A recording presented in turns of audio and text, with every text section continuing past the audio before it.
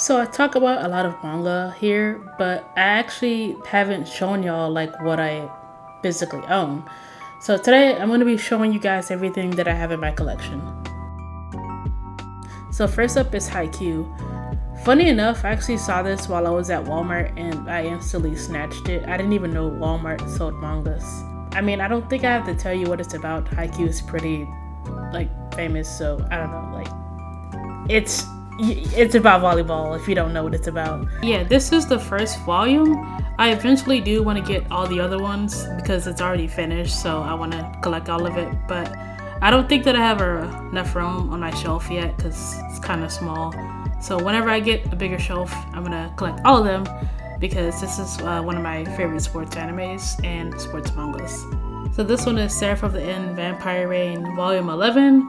I literally grabbed this one because Shinya was on the cover and like he looks so cool with the tiger, you know. I thought that was like one of the best looking like covers I've seen from this series. So if I remember correctly, Volume 11 takes place like the second half of the first season, and the second half is like best part of the series because it's like so much action and so much stuff going down. Like I remember waiting for the episodes to come out because I was like, oh, I can't wait till this part gets animated because it's gonna look so cool. And I started reading the manga around when the anime first came out. I read ahead and I've been reading this since like I was 15 or 16 and I'm still reading it today, and I'm 24 now, so that's been a couple years. Mika is still one of my favorite characters in the whole series. I just think that his whole character arc is like really interesting, being a vampire and all. Shinya is probably like my second favorite. I know a lot of people don't like Yu because they think he's like stubborn and annoying, but I mean he's a teenager, so he's gonna act like that. So now we have Coyote, which is by Ranmaru Zarya, and I can't explain to y'all like how much I love this mangaka. Like their stories and their art is always on point, like they never miss. And I think the premise is also pretty interesting because it's dealing with the werewolf and a vampire being in a relationship together. This artist also has another manga called Liquor and Cigarettes, which is also another favorite of mine. I actually don't own this manga yet, but I've been meaning to add it to my collection. And I feel like the main relationship mixed well with like the plot that's going on in the background, you know, with the murder and everything. I also think that their world building is pretty interesting. But yeah, this artist never misses. If y'all ever get a chance, check it out. So next we have The Other World's books depend on the bean counter. I don't know why this title is super long. And normally I don't even like isekais because I feel like they're all kind of generic and the same. But this one actually, it looked interesting. I was very intrigued by the premise of it. Like it was really the fact that the main character Kondo was really like, hey, I'm in this other world and instead of going back home, can y'all give me a job? Like I don't know why that just sold it for me. I'm like, all right, I like this dude. I don't even normally like the kind of meme-ish tsundere characters like Aresh. I don't really like them, but him, I like him. He's very like straightforward to the point, and you can tell that he cares deep down inside. He cares about the main character, and I like their relationship and the way that it's slowly unfolding. I'm really liking the world building because you can tell that there's something going on behind the scenes of like this kingdom, and they don't tell you what's going on, but there's some shady stuff that's happening. So currently there's only 2 volumes out right now, and this is the second one. I do plan on eventually getting the first one and the rest of them when they come out, of course. But if you get a chance, do check this one out. I really like it. And now we have Fangs, and oh my gosh, y'all, this is top tier stuff right here. I love the little details that are on the back of the manga, like the little items that the main characters have. That's just like such a nice touch to it.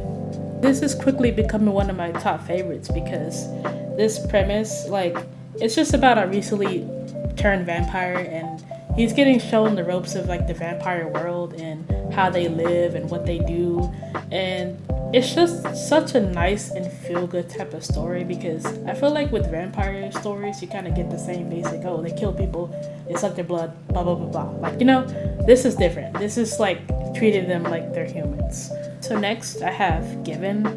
I feel like it's grown in popularity since the anime was released because I remember when like I first started reading the manga. Like I don't think I heard a lot of people talking about it, but you know, since the anime has came out, a lot more people are getting into it, which is great because it's a very kind of sad, but like it's a nice story. But I really like it, even with its kind of sad parts. I really like Haruki and Akihiko's relationship because they're like older, and I feel like I relate to them more. And their role in the movie that came out was like so freaking good. Their whole relationship, the drama. If y'all ever see the movie, please do, and as well as the anime, it's really great. I can't remember how many volumes are out of the manga, but I'm gonna try to collect those. Now we have Toilet Bound Hanako-kun. I have been like trying to actually get into the manga for a while now because I started off watching the anime, and as soon as it ended, I'm like, okay, I need to know what happens next. I don't know if it's gonna get a season 2 or not, so I mean, I might as well read the manga. Normally, I don't even read like supernatural like mangas or anything like that, but I was really captivated by the art style of the manga, and I feel like the anime does a pretty good job at showcasing that too. And if you didn't know, my favorite character is Mitsuba, which is why I got this volume. He kind of has that cocky and, I don't know, shitty attitude towards people, but the way that he looks, you don't think that he would be like that because he looks really cute, but his, you know, attitude is totally different from how he looks, and I thought that was, you know, kind of funny. So now we have Yarichin Beach Club.